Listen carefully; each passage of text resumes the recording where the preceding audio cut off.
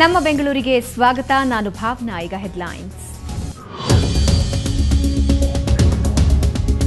ಕುಸಿದ ಅಪಾರ್ಟ್ಮೆಂಟ್ ತೆರವು ಕಾರ್ಯ. ಇಂದು ಮತ್ತೆರಡು ಶವ ಪತ್ತೆ. ಮೃತರ ಕುಟುಂಬಗಳಿಗೆ ಬಿಬಿಎಂಪಿಯಿಂದ ತಲಾ 1 ಲಕ್ಷ ರೂಪಾಯಿ ಪರಿಹಾರ.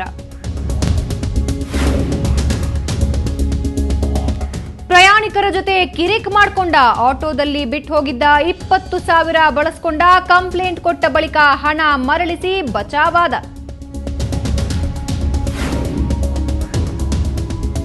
ಸದ್ದಿಲ್ಲದೆ 2 ಎಕರೆ ಜಮೀನು ವಶಪಡಿಸಿಕೊಂಡ ಸರ್ಕಾರ. ತಹಶೀಲ್ದಾರ್ ಶಿಫಾರಸಿಗೂ ಕೇರ್ ಮಾಡದ ಜಿಲ್ಲಾಧಿಕಾರಿ. ಜಮೀನು ವಾಪಸ್ ನೀಡದೆ ರೈತನಿಗೆ ಕಿರಿಕಿರಿ. ಇಳಿಮುಖವಾಯಿತು ಈರುಳ್ಳಿ ಬೆಲೆ. 80 ರಿಂದ 40 ರೂಪಾಯಿಗೆ ಇಳಿಕೆ. ಕೊಂಚ ನಿಟ್ಟುಸಿರು ಬಿಟ್ಟ ಗ್ರಾಹಕರು.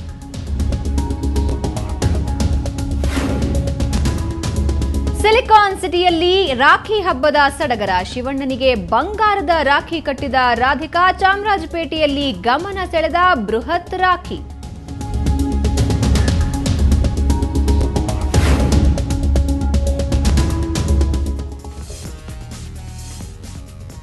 ನಿನ್ನೆ ಬೆಂಗಳೂರಲ್ಲಿ ಅಕ್ರಮ ಕಟ್ಟಡ ಕುಸಿತ ದುರಂತದಲ್ಲಿ ಇವತ್ತು 3 ಶವ ಹೊರತೆಗೆಯಲಾಯಿತು. ಕಾರ್ಯಾಚರಣೆ ವೇಳೆ ಪಕ್ಕದ ಮನೆಯ ಗೋಡೆ ಕುಸಿದು ಒಬ್ಬರಿಗೆ ಗಾಯವಾಗಿದೆ. ಅಲ್ಲದೆ ದುರಂತದಲ್ಲಿ ಮಡಿದವರ ಕುಟುಂಬಗಳಿಗೆ ತಲಾ 1 ಲಕ್ಷ ರೂಪಾಯಿ ಪರಿಹಾರವನ್ನ ಘೋಷಿಸಲಾಗಿದೆ. ಮತ್ತೊಂದು ಕಡೆ ಕಟ್ಟಡ ತೆರವು ಕಾರ್ಯಾಚರಣೆಯನ್ನ ಮತ್ತೆ ನಾಳೆಗೆ ಮುಂದೂಡಲಾಗಿದೆ.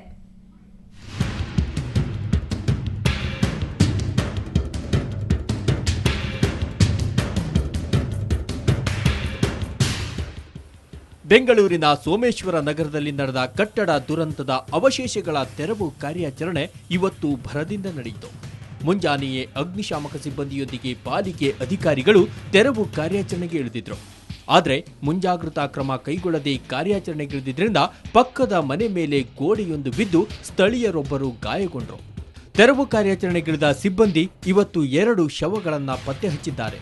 ಪಶ್ಚಿಮ ಬಂಗಾಳ ಮೂಲದ ನಿರಂಜನ್ ಹಾಗೂ ರಾಯಚೂರು ಮೂಲದ ನಾಗಮ್ಮನ ಶವ ಹೊರತೆಗೆಯಲಾಗಿದೆ.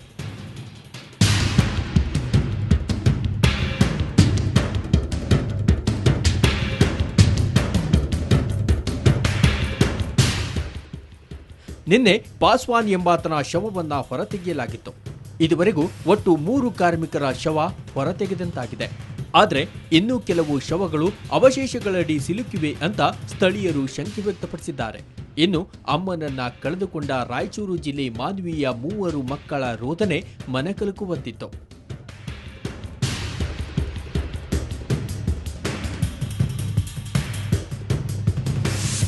ಬಾಂಡ್ ತಂಬಿಟ್ಟು ತಳಗ ಬರ್ತಿದ್ಲು. ಬಂದಾಗ ಆ ಸೌಂಡ್ ಕೇಳ್ಬಿಟ್ಟು ನಾವು ಎಲ್ಲ ಒಳಗಡೆ ಇದೆ ಅಂದ್ಬಿಟ್ಟು ವಾಪಸ್ ಈ ಕಡೆ ಬರ್ತಾ ಇದ್ಲು. ಬಂದ ತಕ್ಷಣಕ್ಕೆ ಅದು ದಬ ದಬ ಅಂತ ಬಿದ್ದೋಗ್ಬಿಡ್ತೀವಿ. ನಾವು ಜಂಪ್ ಮಾಡಿ ಕಂಪೌಂಡ್ ಬಿದ್ದು ಎಗಿರ್ಬಿಟ್ಟಿದ್ವಿ.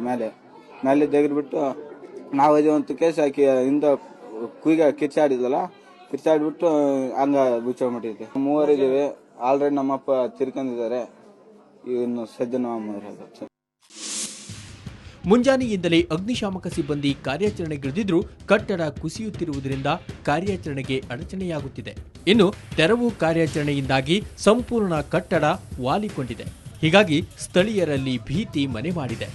ಇನ್ನು ಪಾಲಿಕೆಯಿಂದ ಕೇವಲ 2 ಫ್ಲೋರ್ಗಳ ನಿರ್ಮಾಣಕ್ಕೆ ಅನುಮತಿ ಪಡೆದು 6 ಅಂತಸ್ತಿನ ಅಕ್ರಮ ಕಟ್ಟಡ ನಿರ್ಮಾಣದ ಬಗ್ಗೆಯೂ ಪಾಲಿಕೆ ಕ್ರಮಕ್ಕೆ ಮುಂದಾಗಿದೆ. ಬ್ಯೂರೋ ರಿಪೋರ್ಟ್, ಸುವರ್ಣ ನ್ಯೂಸ್. ಇನ್ನು ಸೋಮೇಶ್ವರ ನಗರ ಕಟ್ಟಡ ದುರಂತ ಸ್ಥಳಕ್ಕೆ ಸ್ಥಳೀಯ ಕಾರ್ಪೊರೇಟರ್ ನಿನ್ನೆ ಭೇಟಿ ನೀಡಿದರು. ಇದರಿಂದ ಸಿಟ್ಟಿಗೆದ್ದ ಸ್ಥಳೀಯರು ಕಾರ್ಪೊರೇಟರ್ ವಿರುದ್ಧ ಕಿಡಿಕಾರಿದ್ದಾರೆ. ಕರೆಕ್ಟಾಗಿ ಬಂದು ನಮ್ಮ ಏರಿಯಾ ಇಲ್ಲಿನ ಕೌನ್ಸಿಲರ್ ಅವರು ಮತ್ತೆ MLAಗಳು ಇವರು ಇಷ್ಟು ಜನ ಬಂದು ಇಲ್ಲಿ ಏನ್ ಮಾಡ್ಬೇಕು ಪರಿಹಾರ? ಯಾರ್ದು ಅವ್ರ ಅನ್ನ ನಮಗೆ ಬೇಡ ಸರ್, ನಮ್ಮ ಅನ್ನ ನಮಗೆ ತಿನ್ಕೊಳ್ತೀವಿ. ಆ ಕೂಲಿಯವ್ರಿಗೆ ಅನ್ನದ ವ್ಯವಸ್ಥೆ ಇದೆ, ಅದಿದೆ ವ್ಯವಸ್ಥೆ, ಮಲ್ಕೊಳ್ಳೋಕೆ ವ್ಯವಸ್ಥೆ, ಅದು ಇದು ಅಂತ ಹೇಳ್ತಾರಲ್ಲ. ಯಾರಿಗೂ ಏನಿಲ್ಲ. ಕೂಲಿಯವ್ರನ್ನ ಇವಾಗ ಇಲ್ಲಿಂದ ಅಲ್ಲಿಗೆ ಓಡಿಸ್ಕೊಂಡು ಹೋಗಿದ್ದಾರೆ. ಯಾರೋ ಬರ್ತಾರೆ ಅಂತ ಹೇಳ್ಬಿಟ್ಟು ಅವರಿಂದ ಈ ಬಿಲ್ಡಿಂಗ್ ಇದೆ ಹೇಳ್ತಾ ಅವ್ರಿಗೆ ಅನ್ನ ಇಲ್ಲ, ನೀರಿಲ್ಲ, ಬೀದಿಲಿದ್ದಾರೆ. ಅವ್ರ ತಾಯಿ, ತಂದೆ, ಅಕ್ಕ, ಅಣ್ಣ, ತಮ್ಮ ಯಾರ್ಯಾರನ್ನ ಕಳ್ಕೊಂಡಿದ್ದಾರೆ ಅವ್ರಿಗೆ ಗೊತ್ತಿಲ್ಲ. 15 ವರ್ಷದಿಂದ ಈ ಕೆಲಸ ಮಾಡ್ತಾ ಇರೋದು. ಅಕ್ರಮವಾಗಿ ಕಟ್ಟಡ ಒಂದೆಲ್ಲ ಎದ್ದಿರೋದು, ಅಕ್ರಮವಾಗಿ ನಡಿಬಾರ್ದು ಕೆಲಸಗಳೆಲ್ಲ ಕಾಂಪೌಂಡ್ ಅಲ್ಲಿ ನಡೆದಿದೆ. ನಮ್ಗೆ ಸೇಫ್ಟಿ ಬೇಕು, ಊಟ ನೀರ್ ಬೇಕು, ಇರಕ್ಕೆ ಮನೆ ಬೇಕು. ಇವಾಗ ಹೋಗುವಂತ ಪೊಲೀಸರು ನಿನ್ನೆ ಬಂದು ಅನ್ವೇಷಣೆ ಮಾಡಿದ್ರು ಮೈಕ್ ಇಟ್ಕೊಂಡು. ಪ್ರಾಣ ಭಯ ಇರೋರು ಇವಾಗ ತಕ್ಷಣ ಖಾಲಿ ಮಾಡ್ಕೊಂಡು ಹೋಗ್ಬೇಕು ಅಂದ್ರೆ ಎಲ್ಲಿ ಹೋಗ್ಬೇಕು ನಾವು? ಬೆಂಗಳೂರಿನಲ್ಲಿ ಮೇಲಿಂದ ಮೇಲೆ ಕಟ್ಟಡ ದುರಂತಗಳು ಸಂಭವಿಸ್ತಾನೇ ಇವೆ. ಅಮಾಯಕ ಜೀವಗಳು ಇದಕ್ಕೆ ಬಲಿಯಾಗ್ತಾನೆ ಇವೆ. ಆದರೆ ಕಟ್ಟಡ ಮಾಲೀಕರು ಮಾತ್ರ ಕಾನೂನು ಗಾಳಿಗೆ ತೂರ್ತಾನೆ ಇದ್ದಾರೆ. ಅಷ್ಟಕ್ಕೂ ಕಟ್ಟಡ ಕಟ್ಟುವಾಗ ತೆಗೆದುಕೊಳ್ಳಬೇಕಾದ ನಿಯಮಗಳೇನು ಅನ್ನೋದರ ಕುರಿತು ಒಂದು ಸ್ಪೆಷಲ್ ರಿಪೋರ್ಟ್ ಇಲ್ಲಿದೆ ನೋಡಿ.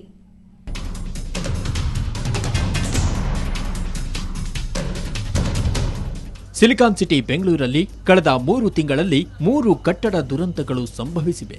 ದುರಂತದಲ್ಲಿ ಈವರೆಗೂ 10 ಮಂದಿ ಪ್ರಾಣ ಬಿಟ್ಟಿದ್ದಾರೆ. ಆಗಾಗ್ಗೆ ಸಂಭವಿಸುತ್ತಿರುವ ಇಂತಹ ದುರಂತಗಳಿಗೆ ಹೊಣೆ ಯಾರು? ಅದರಲ್ಲೂ ಬಿಬಿಎಂಪಿ ಕಾರ್ಪೊರೇಟರ್ಗಳು, ಅಧಿಕಾರಿಗಳಿಗೆ ಕಟ್ಟಡಗಳ ಸಮಗ್ರ ಮಾಹಿತಿ ಇರಬೇಕು. ಅದಕ್ಕೆ ನಿವೇಶನಗಳ ಮಾಲೀಕರು ಸಹಕರಿಸಬೇಕಿದೆ. ಎಷ್ಟು ಅಂತಸ್ತಿನ ಕಟ್ಟಡ ನಿರ್ಮಿಸ್ತಾರೋ ಅದಕ್ಕೆ ಇಲಾಖೆಯಿಂದ ಅನುಮತಿ ಕೂಡ ಪಡೆದಿರಬೇಕಾಗುತ್ತೆ. ಯಾರೇ ಕಟ್ಟಡ ನಿರ್ಮಿಸಲಿ, 2 ಅಂತಸ್ತಿನ ಕಟ್ಟಡ ನಿರ್ಮಿಸಬೇಕಂದ್ರೆ ಅದು 1200 ಚದರ ಅಡಿ ಜಾಗದಲ್ಲಿ, 3 ಅಂತಸ್ತಿನ ಕಟ್ಟಡ ನಿರ್ಮಿಸಬೇಕಂದ್ರೆ 2400 ಚದರ ಅಡಿ ಜಾಗ ಇರಬೇಕು. ಇನ್ನು 3 ಅಂತಸ್ತಿನ ಮೇಲೆ ಕಟ್ಟಡ ನಿರ್ಮಿಸಲು ಯೋಜನಾ ಆಯೋಗದ ಅನುಮತಿ ಕಡ್ಡಾಯ. ಕಳಪೆ ವಸ್ತುಗಳನ್ನು ಬಳಸಬಾರದು. ಕಾಮಗಾರಿಗೂ ಮುನ್ನ ಮಣ್ಣು ಪರೀಕ್ಷೆ ಕಡ್ಡಾಯವಾಗಿದೆ. ಇನ್ಸಿಸ್ಟ್ ಮಾಡೋದಕ್ಕೆ ಅಂತ ಹೇಳೋದಕ್ಕಿಂತ ಇಂಪಾರ್ಟೆಂಟು ಏನು ರೂಲ್ಸು ಇದೆಯೋ ಆ ರೂಲ್ಸ್ ಪ್ರಕಾರನೇ ಎಲ್ಲ ಫಾಲೋ ಮಾಡ್ತು ಅಂತಂದರೆ ಕರೆಕ್ಟಾಗಿ ಎಲ್ಲ ಇದ್ದೇ ಇರುತ್ತೆ. ಆದರೆ ಯಾರೇ ಆಗಲಿ, ಕಾರ್ಪೊರೇಷನ್ ಇಂಜಿನಿಯರ್ ಆಗಲಿ, ಕಟ್ಟಡ ಮಾಲೀಕನೇ ಆಗಲಿ, ಯಾರೇ ಆಗಲಿ, ಈಗ ಅದನ್ನು ಫಾಲೋ ಮಾಡಲಿಲ್ಲ ಅಂತಂತಂದರೆ ಈ ಥರ ಪ್ರಾಬ್ಲಮ್ಗಳು ಬಂದೇ ಬರುತ್ತೆ.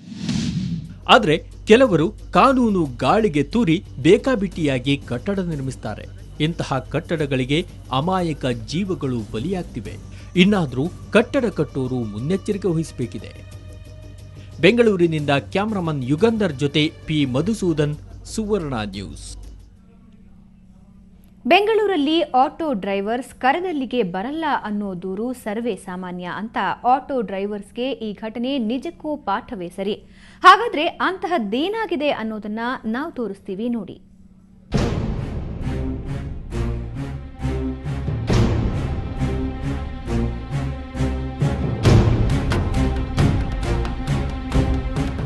ಭಾನುವಾರ ಸಂಜೆ ಹೊತ್ತು ಬಸವೇಶ್ವರ ನಗರದ ಡಾಕ್ಟರ್ ಗ್ರೀಷ್ಮಾ ಕುಟುಂಬ ಮಲ್ಲೇಶ್ವರಂನ ಮಂತ್ರಿ ಮಾಲ್ಗೆ ಶಾಪಿಂಗ್ಗೆ ಅಂತ ಹೋಗಿತ್ತು.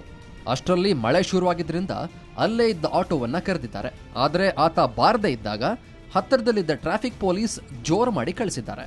ಸಂಪಿಗೆ ರಸ್ತೆವರೆಗೆ ಹೋದ ಈ ಆಟೋ ಡ್ರೈವರ್ ಸಿದ್ದರಾಜು ಅಲ್ಲೇ ಅವರನ್ನ ಇಳಿಸಿ, ಮುಂದಕ್ಕೆ ಬರಲ್ಲ, ಇಲ್ಲೇ 100 ರೂಪಾಯಿ ಕೊಡಿ ಅಂತ ಜಗಳಕ್ಕೆ ನಿಂತ್ಕೊಂಡಿದ್ದಾನೆ. ಈ ಗೊಂದಲದಲ್ಲಿ ಈ ಗ್ರೀಷ್ಮಾ ಅನ್ನೋರು ವ್ಯಾನಿಟಿ ಬ್ಯಾಗ್ ಅನ್ನ ಆಟೋದಲ್ಲೇ ಬಿಟ್ಟು ಹೋಗಿದ್ದಾರೆ.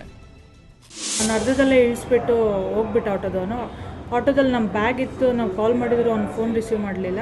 ನೆಕ್ಸ್ಟ್ ಕಂಪ್ಲೇಂಟ್ ಕೊಟ್ವಿ ಮಲ್ಲೇಶ್ವರಂ ಸ್ಟೇಷನಲ್ಲಿ. ಶ್ರೀನಿವಾಸ್ ಅವರು ತುಂಬ ಹೆಲ್ಪ್ ಮಾಡಿದರು ನಮಗೆ. ಅದಾಗಿ 1 ವೀಕಿಗೆ ನಮಗೆ ಆ ಬ್ಯಾಗ್ ಸಿಕ್ಕಿದೆ. ಅವನು ಕೂಡ ಸಿಕ್ಕಿದ್ದಾನೆ.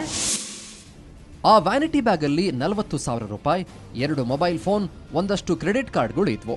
1 ವಾರದ ಬಳಿಕ ಆ ಆಟೋ ಡ್ರೈವರ್ ಆ ಬ್ಯಾಗ್ನಲ್ಲಿದ್ದ ಮೊಬೈಲ್ ಫೋನ್ ಅನ್ನ ಯೂಸ್ ಮಾಡಿದಾಗ ಪೊಲೀಸರ ಬಲೆಗೆ ಬಿದ್ದ. ಆ ಹಣದ ಪೈಕಿ 20,000 ರೂಪಾಯಿಯನ್ನ ಮಕ್ಕಳ ಸ್ಕೂಲ್ ಫೀಸ್ಗಾಗಿ ಬಳಸ್ಕೊಂಡಿದ್ದೀನಿ ಅಂತ ಬಾಯ್ಬಿಟ್ಟ. ಬಳಿಕ ಅದನ್ನ ವಾಪಸ್ ತಂದೊಪ್ಪಿಸ್ದ ಕೂಡ. ಸರ್, ಅವತ್ತು ಆ್ಯಕ್ಚುಲಿ ತುಂಬ ಮಳೆ ಬರ್ತಾಯಿತ್ತು. ನನಗೆ ಗೊತ್ತಿಲ್ಲ, ಗಾಡಿ ಹಿಂದೆ ಗಾಡಿ ಸೀಟ್ ಹಿಂದೆ ಹಾಕಿದ್ದಾರೆ. ಬಟ್ ನನಗೆ ಅದು ಗೊತ್ತಿಲ್ಲ. ಮನೆ ಹತ್ರ ಹೋದ್ಮೇಲೆ ಅದು ನಾವು ನೋಡಿದ್ದು. ಬಟ್ ಪ್ಯಾಸೆಂಜರ್ ಹೊತ್ಕೊಂಡು ಹೋದ್ರು ನಮಗೆ ಗೊತ್ತಾಗ್ತಾ ಇರಲಿಲ್ಲ. ಮನೆ ಹತ್ರ ಹೋದ್ಮೇಲೆ ಗೊತ್ತಾಯಿತು. ಬಟ್ ನನಗೆ ಏನು ಮಾಡಬೇಕು ಅಂತ ಆ ಟೈಮಲ್ಲಿ ಗೊತ್ತಾಗಲಿಲ್ಲ. ನಾನು ಅದನ್ನು ಹಂಗೆ ಇಟ್ಟಿದ್ದೆ. ಬಟ್ ತಂದು ವಾಪಸ್. ಮಕ್ಕಳ ವಿದ್ಯಾಭ್ಯಾಸಕ್ಕಾಗಿ ಆ ಬ್ಯಾಗ್ನಲ್ಲಿದ್ದ ಹಣ ಬಳಸ್ಕೊಂಡಿದ್ದ ಆ ಡ್ರೈವರ್ನ ಸಮಸ್ಯೆಯನ್ನ ಕುಟುಂಬ ಅರಿತಿದೆ. ಹೀಗಾಗಿ ಕೊಟ್ಟ ದೂರನ್ನ ವಾಪಸ್ ಪಡ್ಕೊಂಡಿದ್ದಾರೆ. ಮಾನವೀಯತೆ ದೃಷ್ಟಿಯಿಂದ ಅವರ ಮಕ್ಕಳು ಇರೋದ್ರಿಂದ ಮತ್ತು ಅವ್ರನ್ನ ನೋಡೋದ್ರಿಂದ ಅಷ್ಟು ಮೋಸಗಾರ ಅನ್ನಿಸೋದಿಲ್ಲ ನಮಗೆ. ಅದ್ರ ಸಲುವಾಗಿ ನಾವು ಒಂದು ಕೇಸ್ ವಾಪಸ್ ತಗೋಬೇಕು ಅನ್ನೋ ಉದ್ದೇಶದಿಂದ ಕೇಸ್ ವಾಪಸ್. ಪೊಲೀಸರು ಕೂಡ ಸಂಧಾನದ ಮೂಲಕ ಸಮಸ್ಯೆ ಬಗೆಹರಿಸಿದ್ದಾರೆ. ಯಾರಿಗೂ ಸಮಸ್ಯೆ ಆಗದ ಹಾಗೆ ಪ್ರಕರಣಕ್ಕೆ ಇತಿಶ್ರೀ ಹಾಡಿದ್ದಾರೆ. ಕ್ಯಾಮರಾಮನ್ ಅನಿಲ್ ಜೊತೆಗೆ ರವಿಕುಮಾರ್, ಸುವರ್ಣ ನ್ಯೂಸ್. ರೈತ ದೇಶದ ಬೆನ್ನೆಲುಬು ಅಂತಾರೆ. ಆದರೆ ಇಲ್ಲೊಬ್ಬ ರೈತ ಕೃಷಿ ಭೂಮಿ ಹೊಂದಿರುವುದೇ ಸಮಸ್ಯೆಯಾಗಿದೆ. ಜಿಲ್ಲಾಧಿಕಾರಿಗಳೇ ರೈತನಿಗೆ ಅಡ್ಡಗಾಲಿಟ್ಟಿದ್ದಾರೆ. ಹೀಗಾಗಿ ರೈತ ಧರ್ಮ ಸಂಕಟದಲ್ಲಿ ಸಿಲುಕಿದ್ದಾನೆ.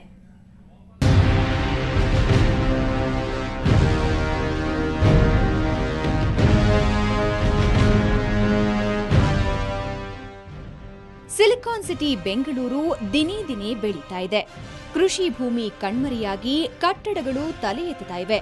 ಈ ಮಧ್ಯೆ ಕೃಷಿಯನ್ನೇ ಅವಲಂಬಿಸಲು ಹೊರಟ ರೈತ ಮುನಿರಾಮಯ್ಯ ಅನ್ನೋರಿಗೆ ಸಂಕಟ ಎದುರಾಗಿದೆ. ಅವರ 3 ಎಕರೆ ಕೃಷಿ ಭೂಮಿ ಪೈಕಿ 2 ಎಕರೆ ಜಾಗವನ್ನ ಸರ್ಕಾರ ವಶಪಡಿಸಿಕೊಂಡಿದೆ. ಈ ರಾಗಿ ಬೆಳೆದು ಜೀವನ ಮಾಡ್ತಾ ಇದ್ದು ನಮ್ಮ ಅಣ್ಣ ತೀರೋದ್ರು. ಅವಾಗ ಪಾಣಿ ಕೇಳಿದ್ರೆ ಸರ್ಕಾರ ಅಂತ ಪಾಣಿಯಲ್ಲಿ ಬಂದಿದೆ. ಅದಕ್ಕೆ ನಾನು DC ಅವರಿಗೆ, ರೀಜನಲ್ ಕಮಿಷನರ್ಗೆ, ಚೀಫ್ ಮಿನಿಸ್ಟರ್ಗೆ, SC ST ಕಮಿಷನ್ಗೆ ಎಲ್ರಿಗೂ ಅರ್ಜಿ ಕೊಟ್ಟು ಕೇಳ್ಕೊಂಡಿದ್ದೀನಿ. ಅವರೆಲ್ಲ ನಮ್ಮ ಜಮೀನು ನಮ್ಗೆ ಮಾಡಿಕೊಡಿ ಅಂತ ಬರೆದ್ರು DC ಅವರು ಏನೂ ಮಾಡ್ತಾ ಇಲ್ಲ. ನಮಗೆ ಭಾಳ ಅನ್ಯಾಯ ಆಗಿದೆ. ಈ DC ಅವರು ಇದನ್ನು ಸರಿಪಡಿಸಿ ಬಡವ್ರನ್ನ ನಮ್ಮನ್ನು ಕಾಪಾಡಬೇಕು ಅಂತ ಕೇಳ್ಕೊಳ್ತೀನಿ.